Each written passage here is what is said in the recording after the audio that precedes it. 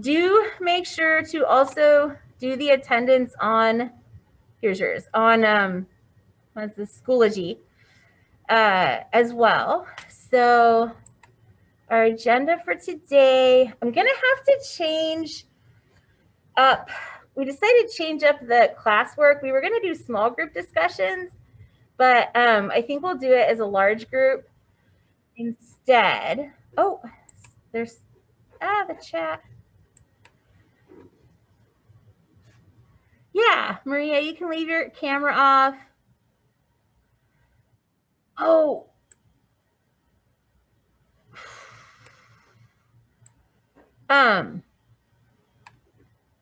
Let's see. Janae, we'll do a little bit of lecture, and it'll be in the for the group discussion. Okay, so if you already looked at this for the group discussion, I was going to do it in small groups, but we came up with the assignment before the riot at the Capitol, and that's the country's already kind of had divisive tensions for a while, and that just kind of made it worse. So I think we'll just do it as a large group. And then don't I think we'll do it as a large group and don't worry about taking notes on it. Yeah, we'll do our best. So don't worry about that until we get to it. So today we're going to go over principles of justice and truth, in particular respect for truth, which is in the Green Book. It's chapter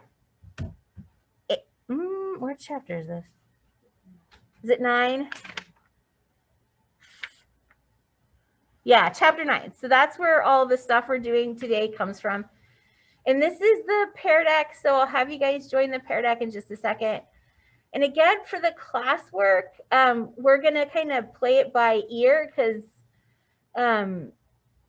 we thought it'd be better just to have a large group discussion. And then don't worry about turning in the notes. We'll just do it all together. And then for homework, there's just a reading assignment in the orange textbook. So this is your book for second semester. It's Foundations of Catholic Social Teaching. So this is what it looks like. If you don't have it, I think, oh, that doesn't go anywhere. I think I put a link to it somewhere. Let me see. Did I put it maybe here? That's the first semester. Hang on. I have it somewhere. Maybe it's here. So I just say reading assignment 1, read pages just 11 through 15 of the textbook. Here's if you didn't have the book, here's chapter 1, but that's all I have. So make sure to get the book if you don't have it already. So that's what we're doing today. That's something else. Okay, so let's go ahead and join the Pear Deck.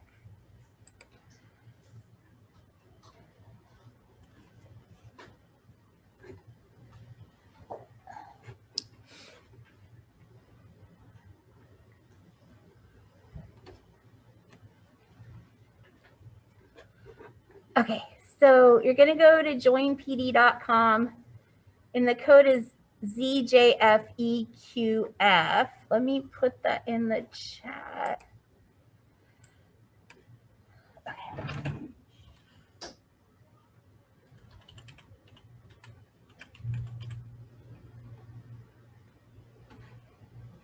Oh, where did this silly thing is getting all...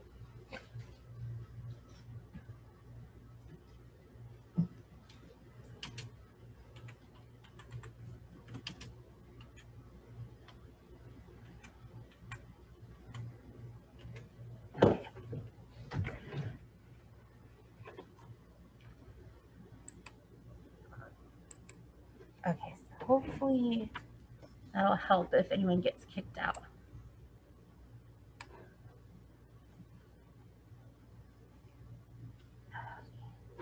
Go ahead and get started.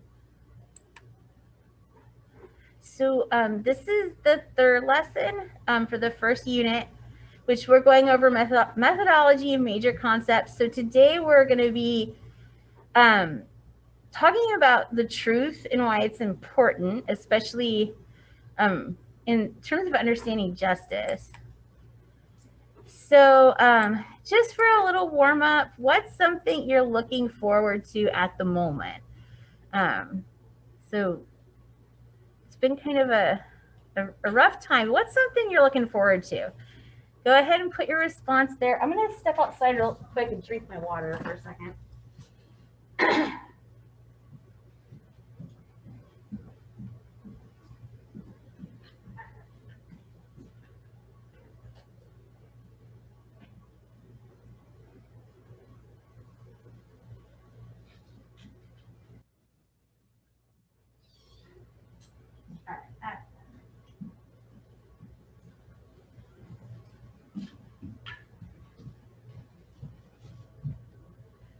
Okay, so let's see what Ian said.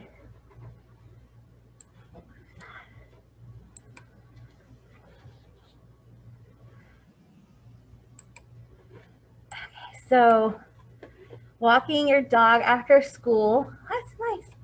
My dog's gonna be so depressed because I've been home with her because I had a quarantine. It was even before Thanksgiving because my daughter was exposed to COVID, and then we got COVID from her school. So then we had to really quarantine. So I haven't, my dog's had me at home and she's not going to like me not being there. Getting college acceptances. Are those coming in now? Oh, exciting. Looking forward to the weekend. Snowboarding this weekend. Nice. Long-term having my own house. Yeah, I'm still waiting for that one. Having sushi for dinner on Wednesday. Nice. She deleted hers. Marching band rehearsal. Oh, who's in marching band? That was like the whole reason I went to the USC football games, because I went to see the band in Traveler. I wasn't so interested in the games. Nikki asked, is the presentation on Power School? Yeah, it should be. Let me check. Oh yeah, and that's a mistake. Nikki told me. Yeah, this should take you to the link for the Google Slides if you want them. Moving up in your job, hanging out with your friend Emma. Looking forward to seeing friends, water polo, seeing friends, being able to travel again for sure. Graduation, going to college. Well, see that you guys are, I mean, it's been a tough senior year, but now that we finally got the vaccine, hopefully everything will kind of go back more to normal, and you'll have like a more normal going to college experience. Graduation. Going back to sleep before work. Okay.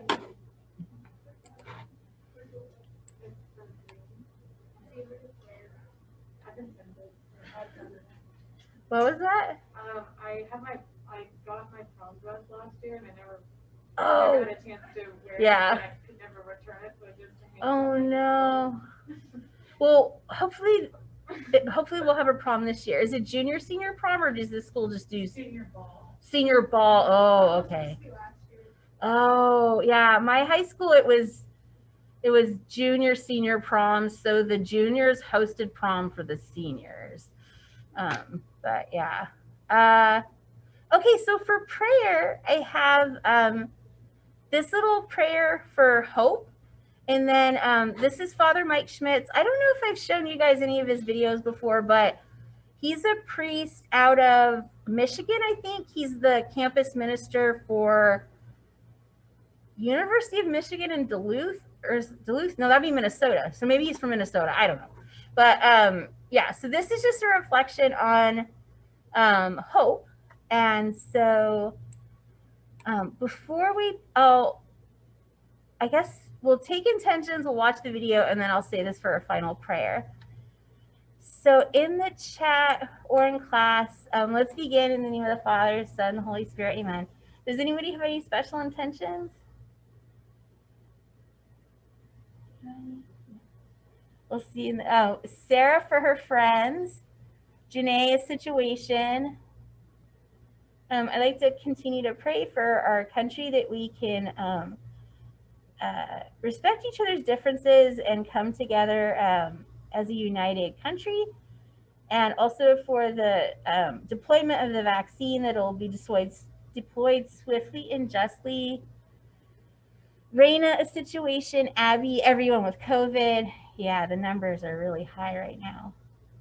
Anybody else? All right. And for all these special intentions we hold in the silence of our hearts, we pray to the Lord. Lord, hear our prayer. In the name of the Father, Son, and the Holy Spirit. And then this is just a reflection on hope.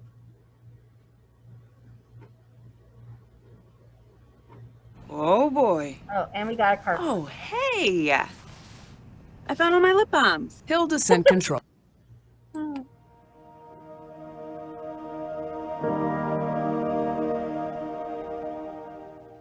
Hi, my name's Father Mike Schmitz, and this is Ascension Presents. So I've been thinking about hope a lot lately. I have a sense that I'm kind of a pessimist. I don't actually think I am. But when someone asks, like, hey, how's the day going? Or how was your weekend? Or how was last summer? Or how was the school year kicking off? I almost always turn to like the negative piece as opposed to focusing on the positive. And I'm wondering what that is. Like, what does that reveal about what's going on inside the old Father Mike? But I think when it comes to life, I'm not really pessimistic in the sense that I don't expect the worst thing to happen. I like to look forward to the best thing happening. I like to have optimism, I guess. I would say I'm more of a realist than anything else. But here's the interesting thing. As Christians, we're called to have, not called to be pessimists. We're not even called to be optimists.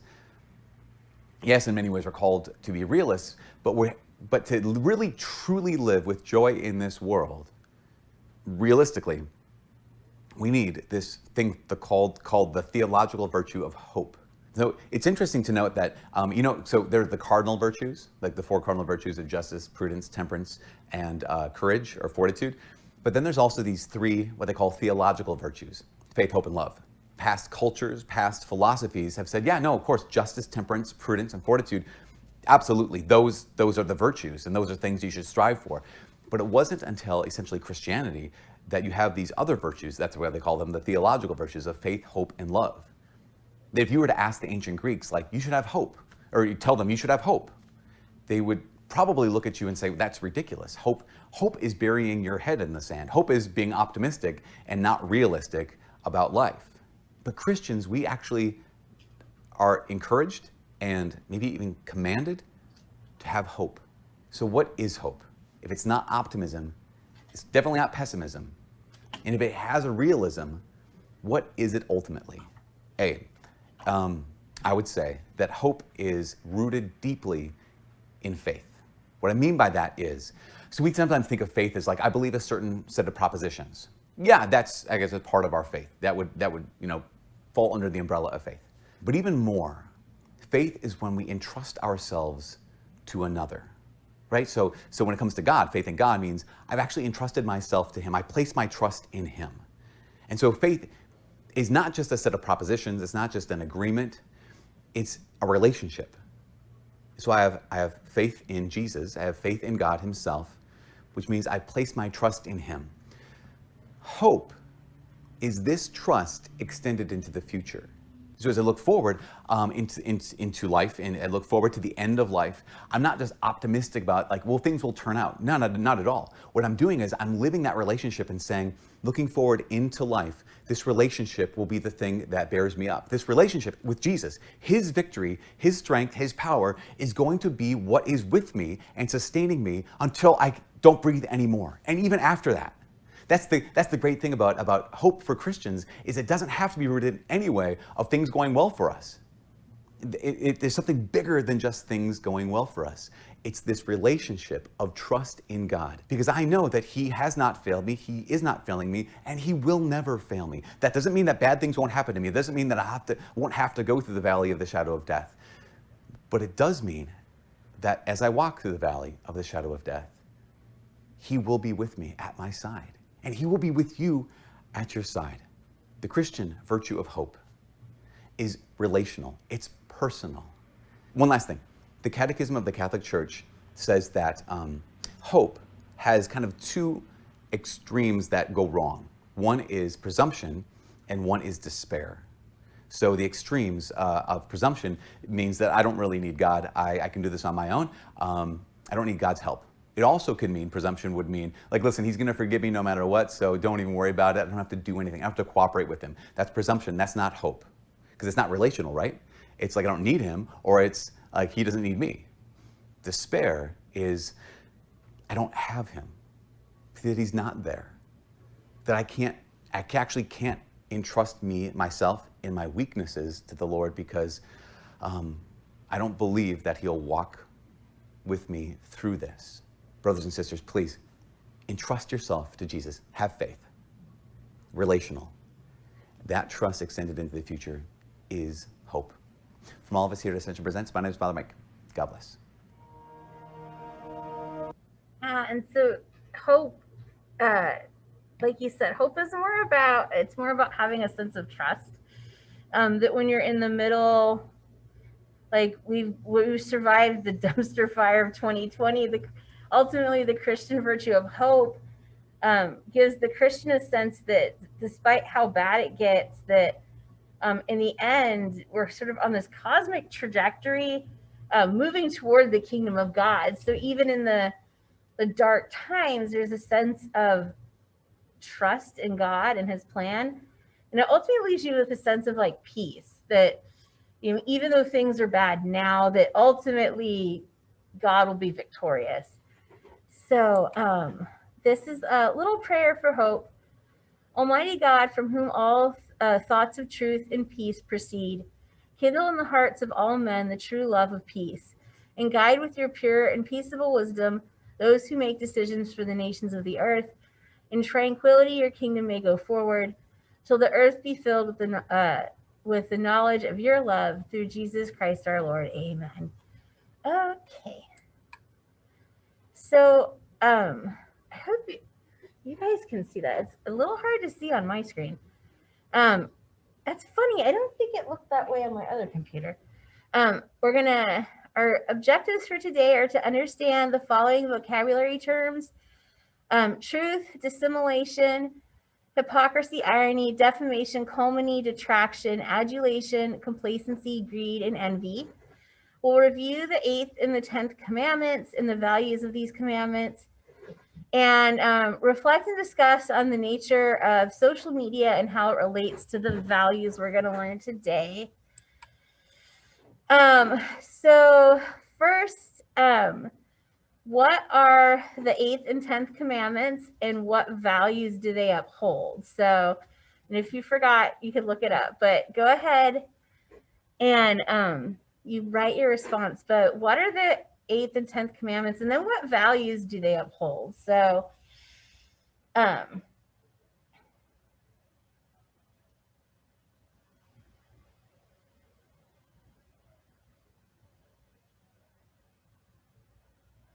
and a value would be like a general idea of what's important to a society or culture.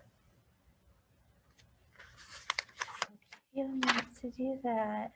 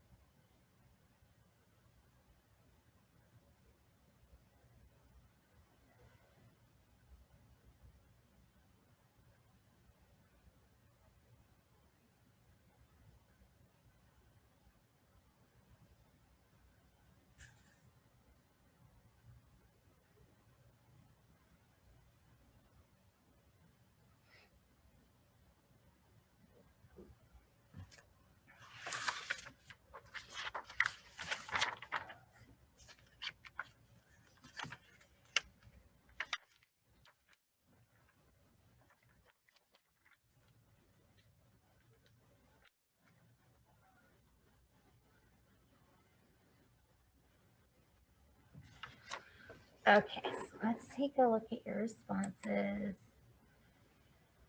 So good. 8th, don't bear false witness. So the values would be upholding the truth, kindness, human dignity, accountability. I like that.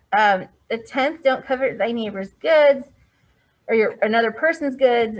Prevents greed or jealousy among citizens.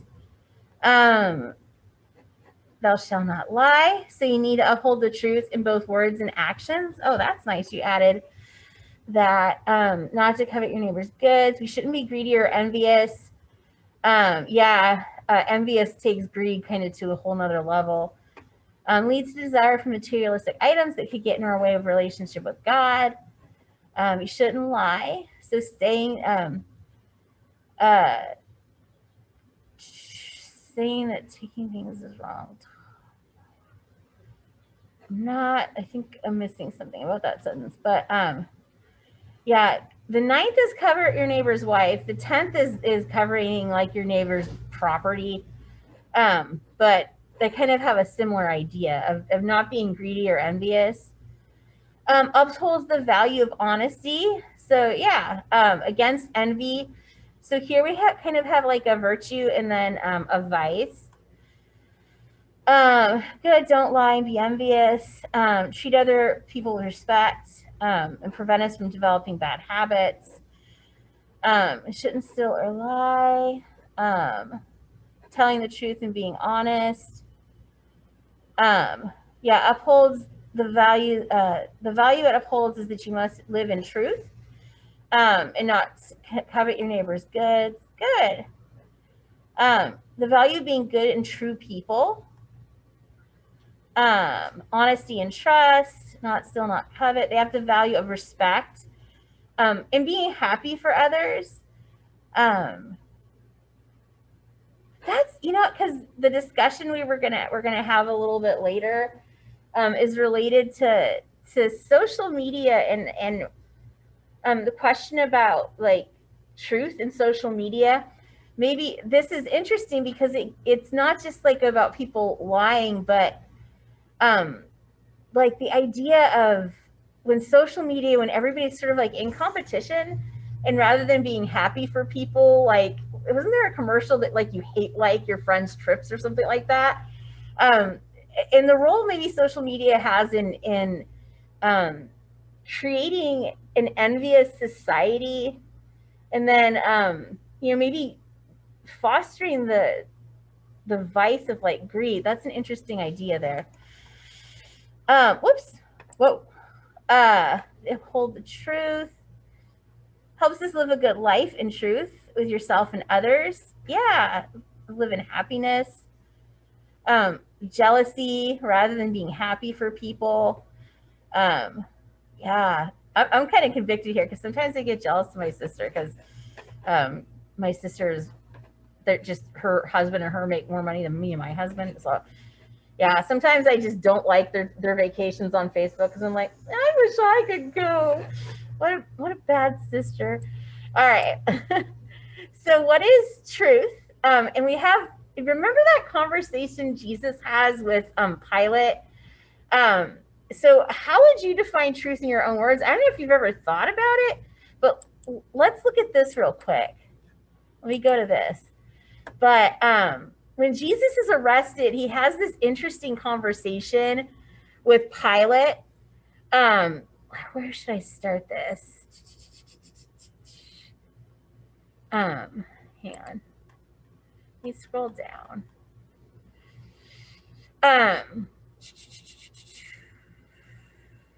Okay. So, how long? Okay, well, I guess I'll just start up here. It's kind of long, but they brought Jesus from Caiaphas to the praetorium. It was morning, and they themselves did not enter the praetorium in order not to be defiled so that they could eat the Passover. So Pilate came out to them and said, "What charge do you bring against this man?" They answered and said to him, "If he were not a criminal, we would not have handed him over to you." At this, Pilate said to them, Take him yourselves and judge him according to your law." The Jews answered him, "We have no right to execute anyone. In order that the word the word of Jesus might be fulfilled, that he said, indicating the kind of death he would die. So Pilate went back to the praetorium and summoned Jesus and said to him, "Are you the king of the Jews?" Jesus answered, "Do you say this on your own, or have others told you about me?" Pilate answered, "I'm not a Jew, am I? Your own nation and the priests have handed you over to me. What have you done?" Jesus answered, "My kingdom does not belong to this world. If my kingdom belonged to this world, my attendants would be fighting to keep me from being handed over to the Jews. But as it is, my kingdom is not here." So Pilate said to him, "Then are you a king?" Jesus answered, "You say that I am a king. For this I was born, and for this I came into the world, to testify to the truth. Everyone who belongs to the truth listens to my voice." And I like this kind of sarcasm from Pilate. Pilate said to him, "What is truth?" Then when he had said this, he again went out to the Jews and said to them, "I find no guilt with him." And then it goes into that thing with releasing one prisoner. But Jesus and Pilate have this interesting back and forth. And Pilate's answer is very much like an answer we might hear today, very relativistic, like, well, what is truth?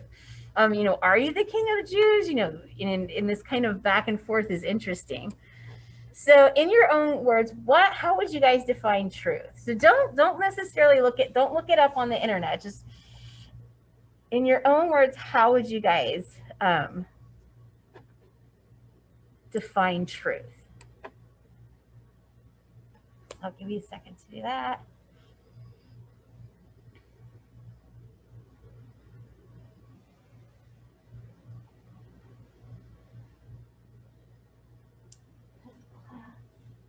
We get out at 10:30, right? Gotta make sure I watch my time.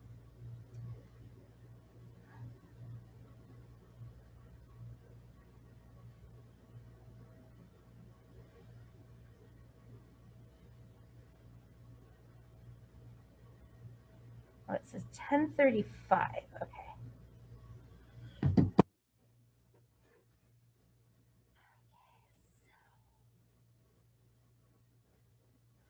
Let's see what you guys are putting.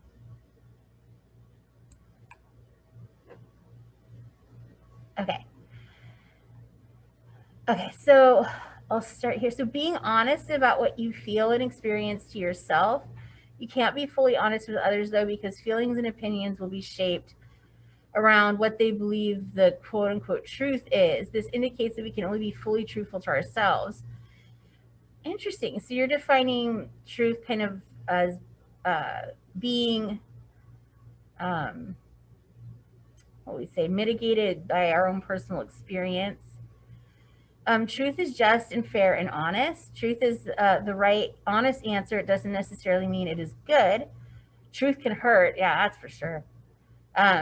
Truth means not lying.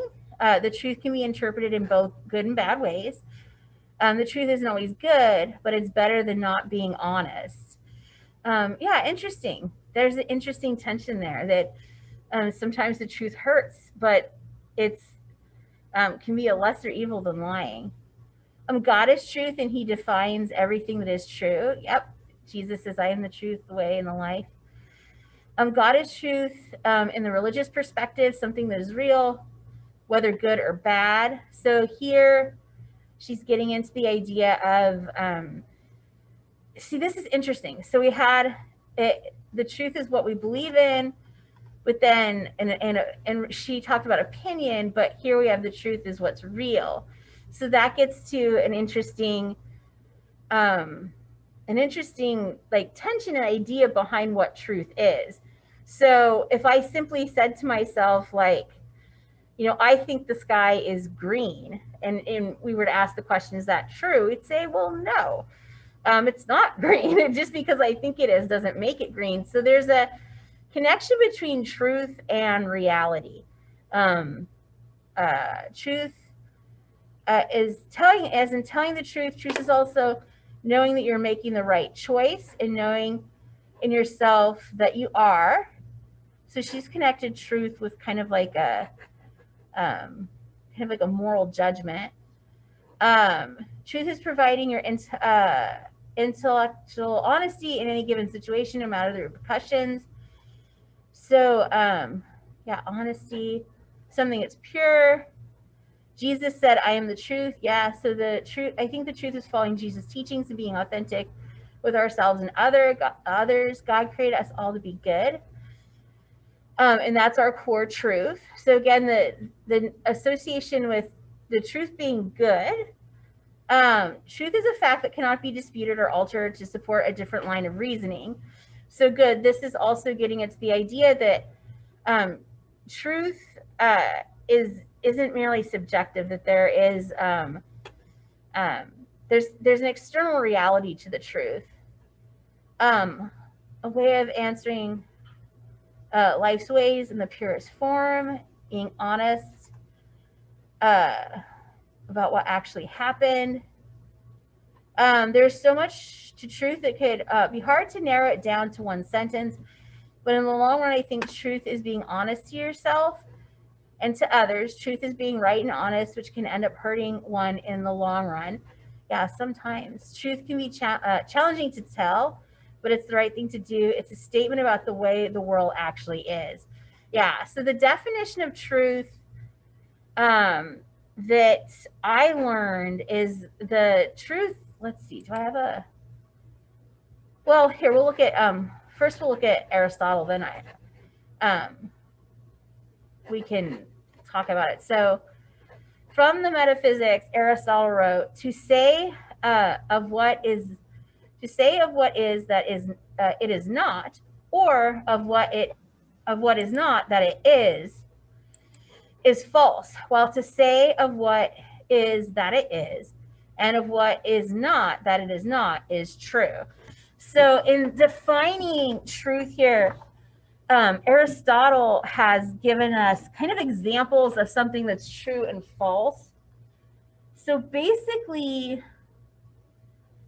what he's delineating here is what we call, can I write on this thing? Yeah, hang on. Do you guys know what the principle of non-contradiction is? Maybe not. So the principle of, did I spell that right? I think so. Non-contradiction. It's also called the PNC. It's also called something else. The principle of non-contradiction. There's another name for it, but I can't think of it right off the top of my head right now. But the principle of non-contradiction is basically what Aristotle has stated here. It's the idea that something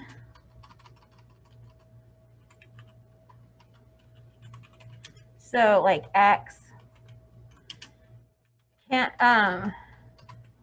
cannot both be and not be at the same time, in the same place, in the same respect. So, for example, you can't say that God exists and does not exist.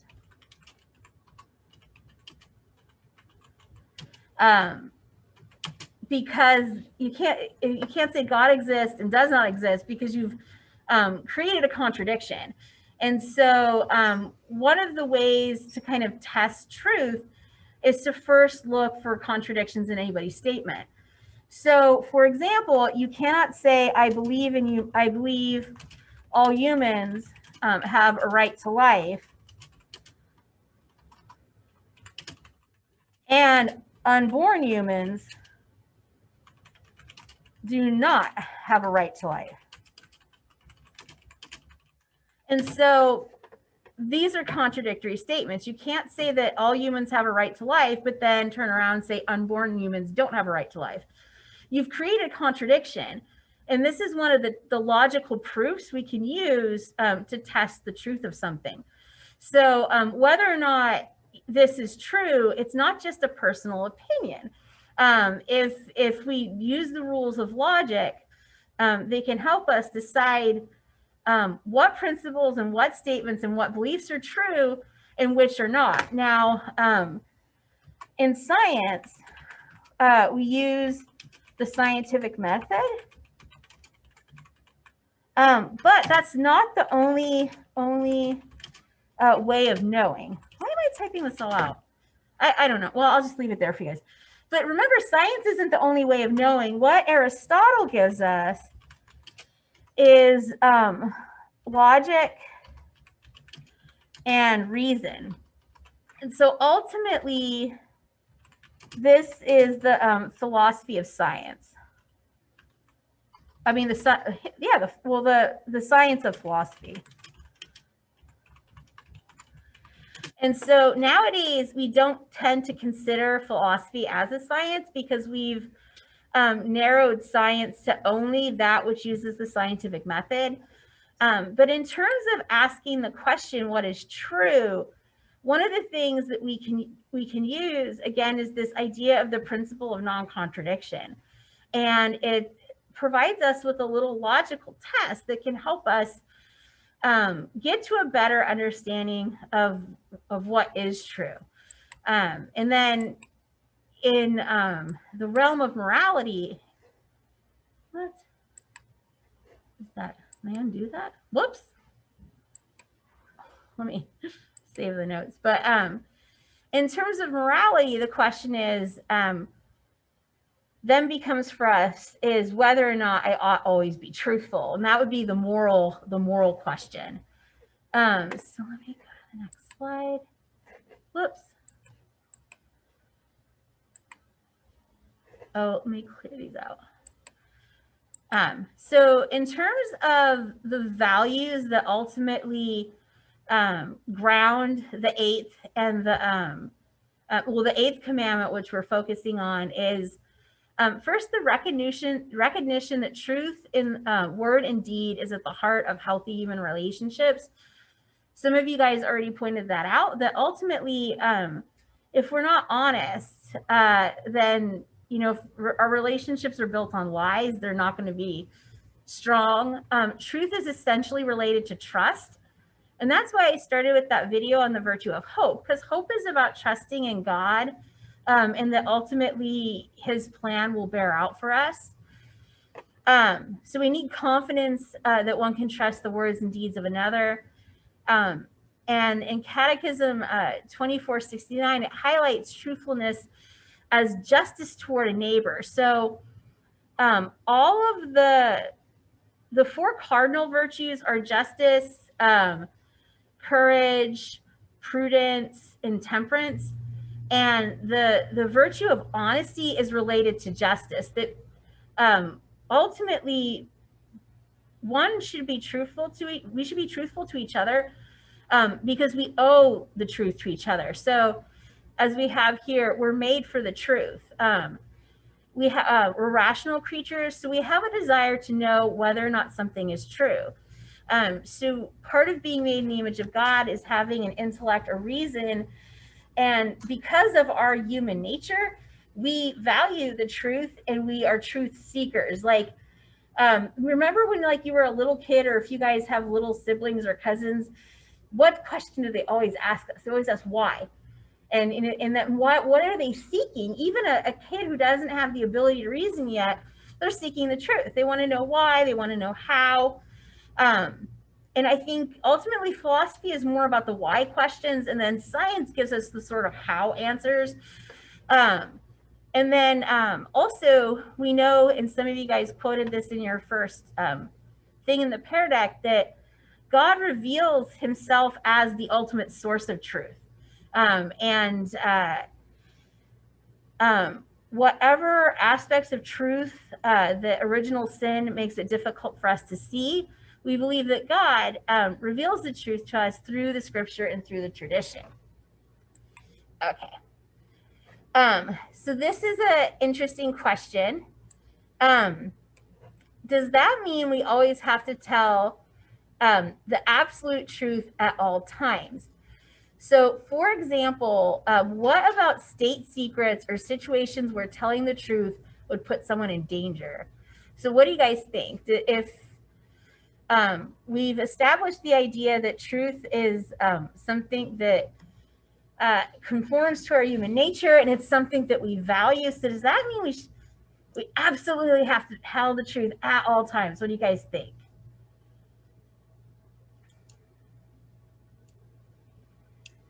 So you can go ahead and put your responses. This is always an interesting question.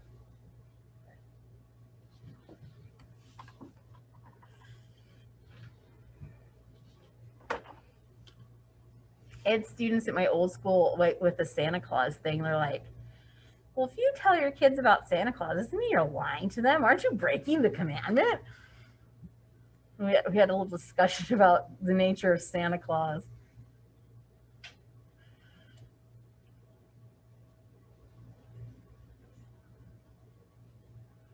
But it is an interesting question. I do have some friends that they don't do Santa because they feel like it's lying to their kids. And I'm like, okay, but could you meet in somewhere in the middle there? Because like with my kids, we always told them it's St. Nicholas, because St. Nicholas is a real person. And so we tried to we still wanted them to have that kind of magic of Christmas. But we tried to keep it like in a religious context.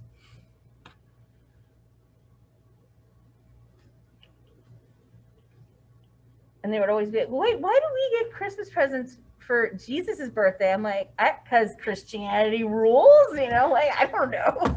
And I would tell them about St. Nicholas of Myra and how you guys know the story of St. Nicholas?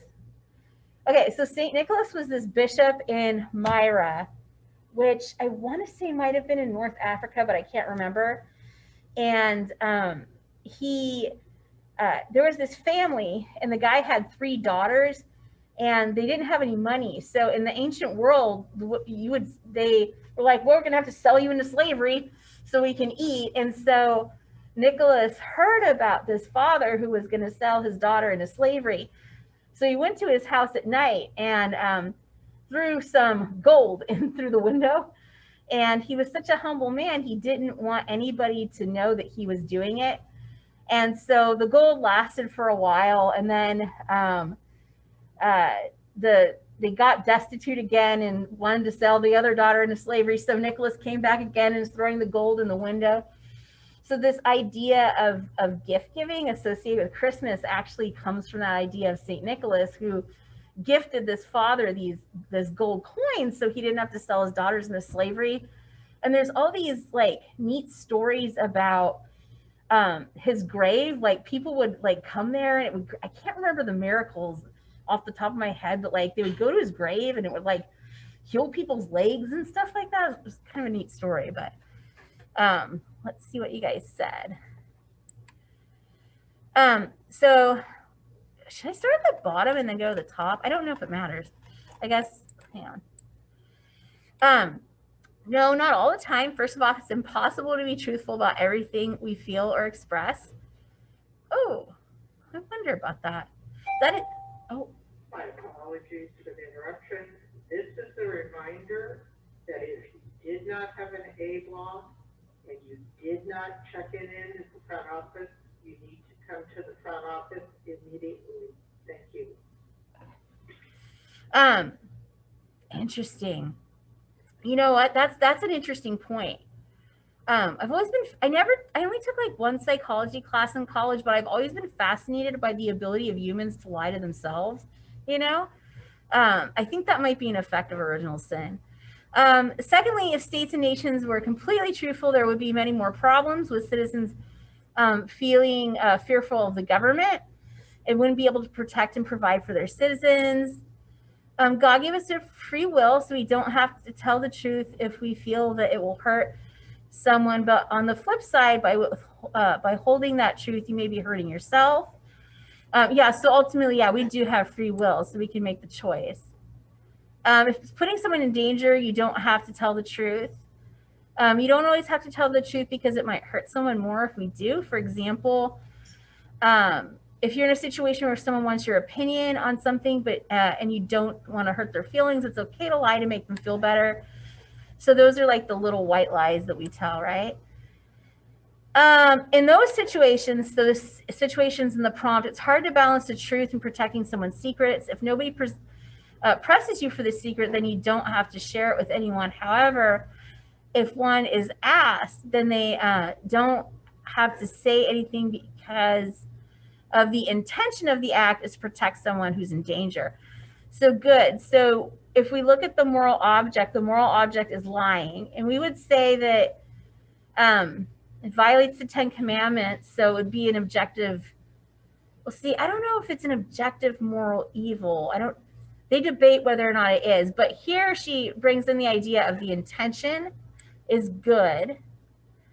I don't think we always have to tell the truth. If telling the truth would do more harm than good, and no one's currently being hurt by a withholding of the truth, then it does not need to be told. So this is interesting because she has a lot of qualifiers here that ultimately you might have to choose between the lesser of two evils, basically. If lies are unnecessarily told, such as white lies, however, I think that is wrong. If people get into the habit of lying, then they become some kind of pathological liars and distance themselves from the truth. Yeah, that's an important point. A lot of times with white lies, perhaps, like, I wonder if we have to lie. Like, if someone like says, "Do you like my dress?" and you don't like the dress, but you could find something nice to say. I think that was an example they gave in your book.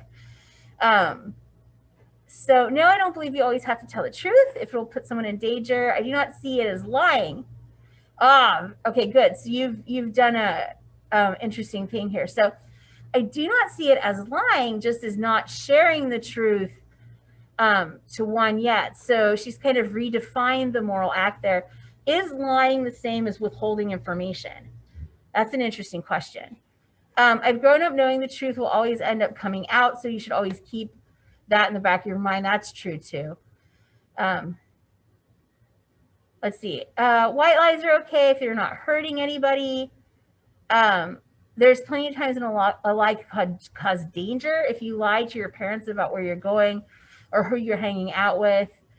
Yeah, so if like you say to your parents you're going to Susie's house and you end up at a rager and get alcohol poisoning or something, that could be very dangerous. Telling the truth can hurt people, but it must be done at all times because in the end it could cause more pain if the secret's kept. So yeah, so that's more like absolutely have to tell the truth. No, let's see. Use your best judgment. And again, the virtue that we should cultivate in terms of judgment is called prudence. Yeah, so something like I had brought up, Santa brings so much joy that I think it'd be worth it. Yeah, so use your best judgment. Telling the truth doesn't always mean it's a good thing. The truth can be either bad or good. It can be harmful at times, though. The telling the truth is perceived as being good. Withholding the truth is perceived as being good too. Yeah, and I guess this is where circumstances would be involved. Some situations okay, some not. Like with Christmas and Santa, it's not harmful. It's just a childhood thing for kids. Yeah. So we've identified the question of what's the intention, what are the circumstances, and also the interesting idea of is it possible that sometimes maybe lying and withholding the truth are different things. I think I have some slides on here. So the Catechism of the Catholic Church has some really nice paragraphs on this. And I'm not going to have you guys answer this one because we're getting a little behind. But the right to communication of the truth is not unconditional. Everyone must conform his or her life to the gospel precept of fraternal love. This requires us in concrete situations to judge whether or not it's appropriate to reveal a truth to someone who asks for it. So here they're kind of getting at what you guys were talking about in terms of the circumstances. And ultimately the value of love, because like you guys said, the truth hurts sometimes. It could be necessary in different situations in order to be loving, to maybe withhold the truth. So charity, that's love.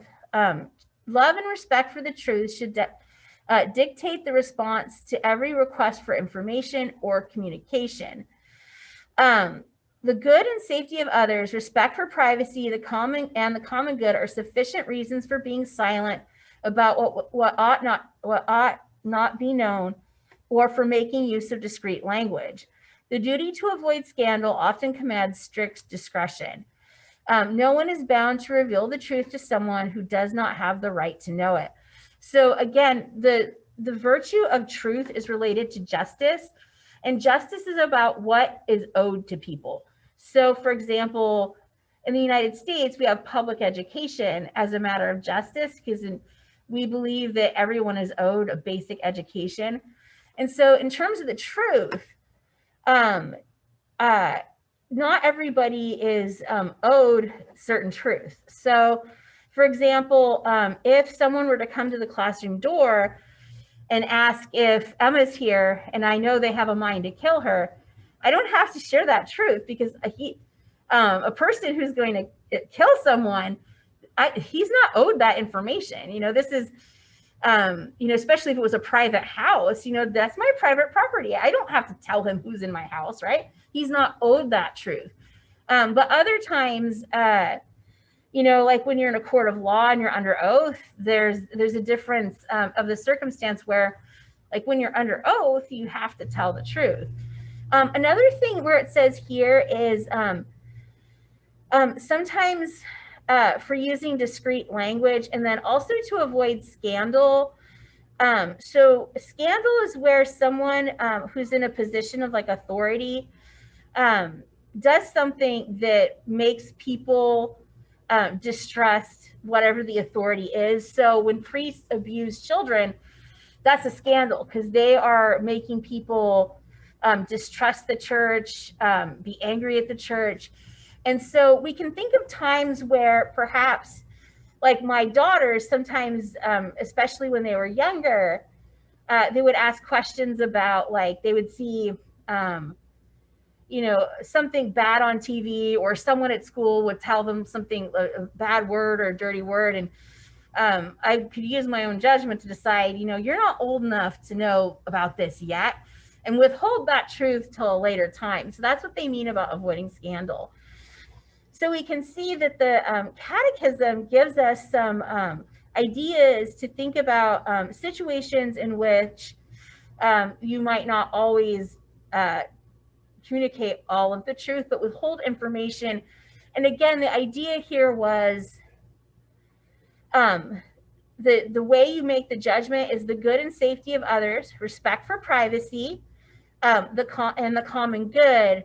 These are all sufficient reasons for being silent. So those are the factors you would consider. So if if you're ever in a situation like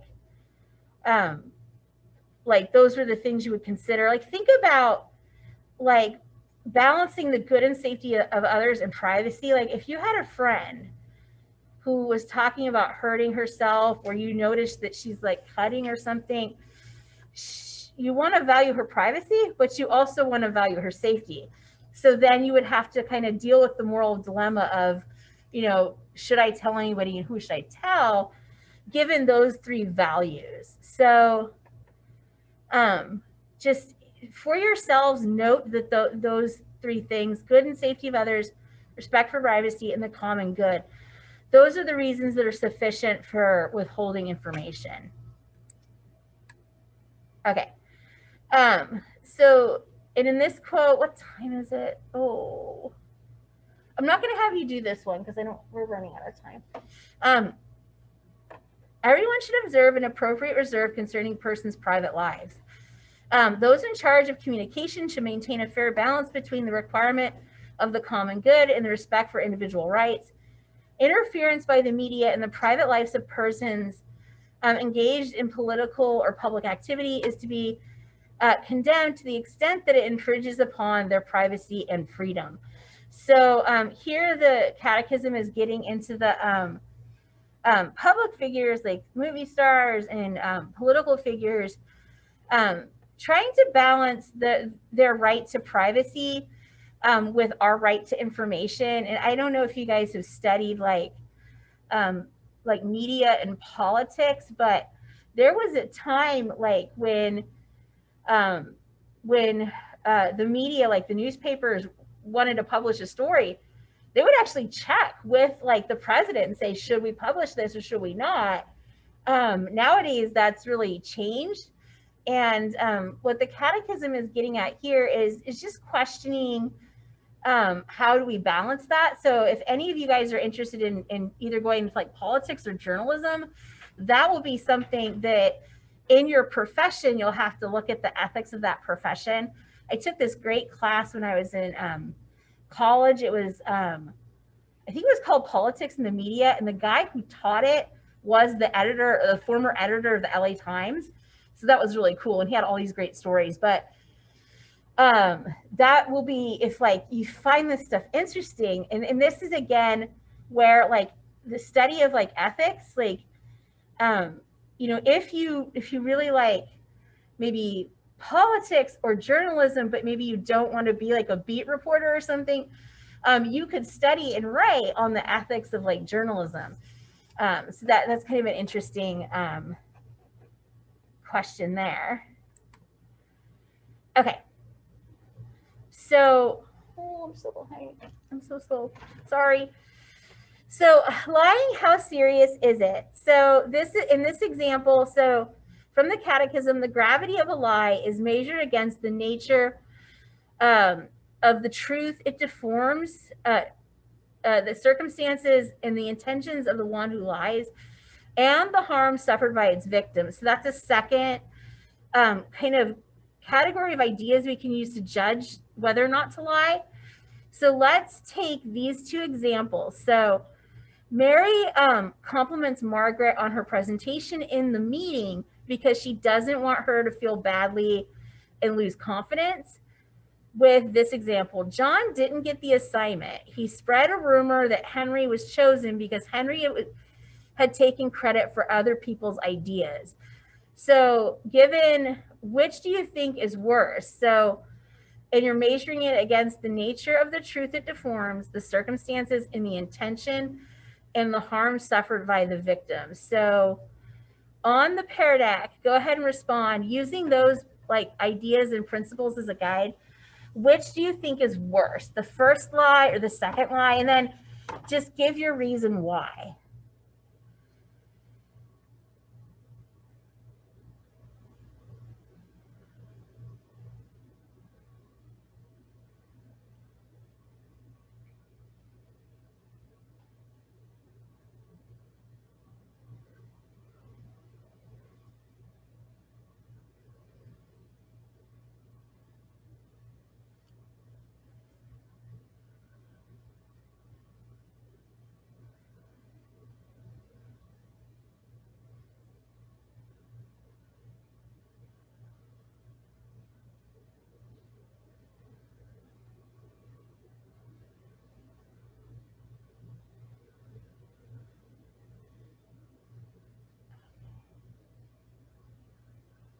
Let's see, while you guys are doing that, let me step out and get a sip of this water again.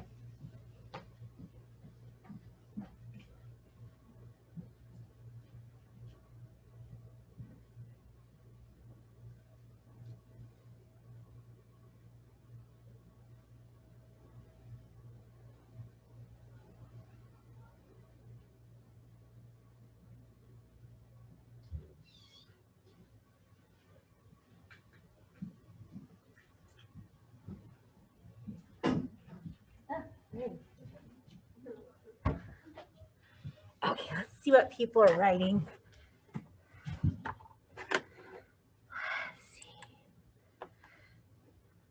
Okay, so 2 is much more serious than 1. In 2, John seriously damages Henry's reputation through lying. He intended to invalidate Henry's accomplishments. That's very nicely phrased. In number 1, Mary lies to help Margaret and give herself self-confidence so she can do a good job. While the object is bad, the intention is good. So 2, John didn't have any good intention for his lies. He could have been truthful about Henry's taking of ideas, but he chose to spread rumors instead. 2, because he made a false truth about someone over the fact that he didn't get the assignment. 1's looking out for a friend's confidence. 2 just wanted revenge over a silly loss. 2 is worse because if Henry found out about the rumor, he could get angry and try to do something to John or spread rumors about him. Yeah, so I mean that could just snowball. The 2nd is worse because the lie is intentionally hurting others. Good. The first lie is meant to uplift others, so it isn't as serious or damaging as the second. The second's worse because it deliberately hurts someone. Other one's positive. So 2 is worse. Number 1 had the moral good of protecting someone's feelings. She wanted to do something nice and good. John, because he spreads negativity. Mary spreads positivity. 1, because it's negatively affecting a coworker. Intentionally damaging his reputation and his overall performance. Spreading false information is not the way to go. Yeah. Second one's more grave because John was mad that he didn't get the assignment, so he decided to take his anger out on someone else because something happened to him that he didn't want. John didn't need to damage Henry's reputation in this situation. Yeah, so it's not even like there's no need for it. It's not necessary. Oh, okay, she's still writing. 2, because he lied. And then 1 to boost confidence. Good. See, yeah, make sure you put your responses. I gotta go to the next slide though. So these are different. These are all vocab words. So eventually they'll come up on a quiz, but they're in your book. Let me put the page number. I don't see it here. I try to remember to put the page numbers. Text. So this is from page 1. What does that say? 128 through 130. Okay.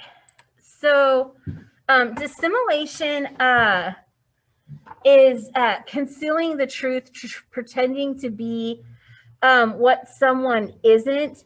So this is when you present yourself in a way that you're not. So this would be like, the example they gave in the book is kind of a pious example. They said receiving communion when you're in a state of sin. But it would be like when, like, you know, the expression putting on airs, like when you pretend to be something that you're not. Hypocrisy is the lack of integrity between words and actions. So condemning a sin that you yourself commit, we see that a lot. Irony. So irony is wonderful in writing. However, when we use it, it's an offense if we use it maliciously. Let me see what example they gave. So irony specifically meant to hurt another by maliciously exaggerating their qualities or behaviors. You can, I think we see that on social media a lot when people are snarky with each other. So the intention there is key. And then false witness, like perjury, lying under oath. Those are the most obvious sins against the truth. Others that you might not think about as much is like rash judgment. When we rush to a judgment without all the information. We saw that. You guys remember that story of that kid from a Catholic school that the media condemned him for being mean to an elderly Native American or something? Well, the story turned out that the teenagers weren't harassing the Native Americans. The protesters, they were harassing the kids. And he actually sued the Washington Post for defamation. So defamation is intentionally damaging someone's reputation. And they didn't want to go to court, but they settled out of court. So that was a recent example in the media of a Rush to Judgment, and then ultimately he did win his lawsuit against them.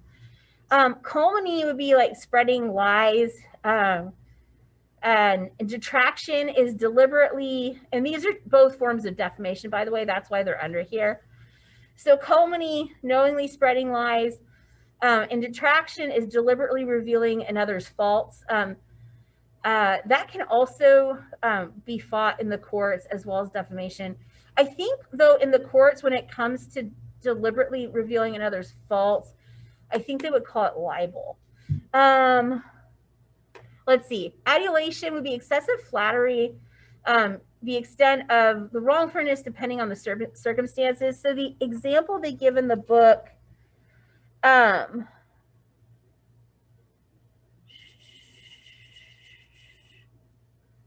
what did they say there?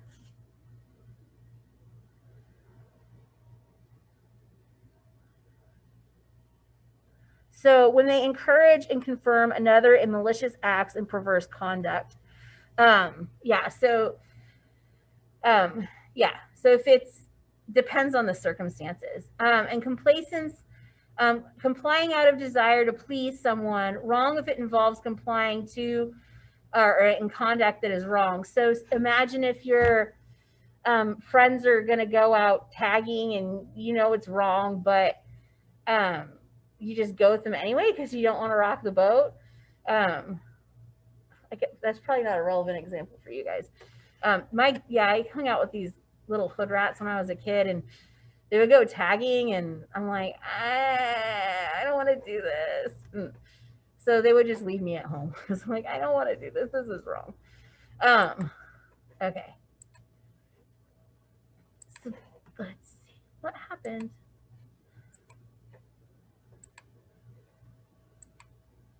Okay, we're going to have a break here and then do our discussion. I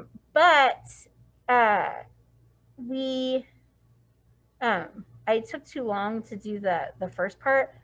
So I don't know. What we'll do next class is I'll look at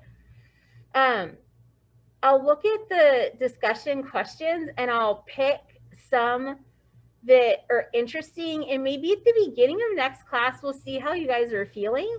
If you like the questions and you want to have a discussion, I would really be interested just to hear what you guys have to say, because you're in such a different generation as me. It's interesting to see how you guys view the world differently, and so I'll look through the questions, and then we'll vote on ones you might want to discuss, and we'll see how you feel about doing the discussion.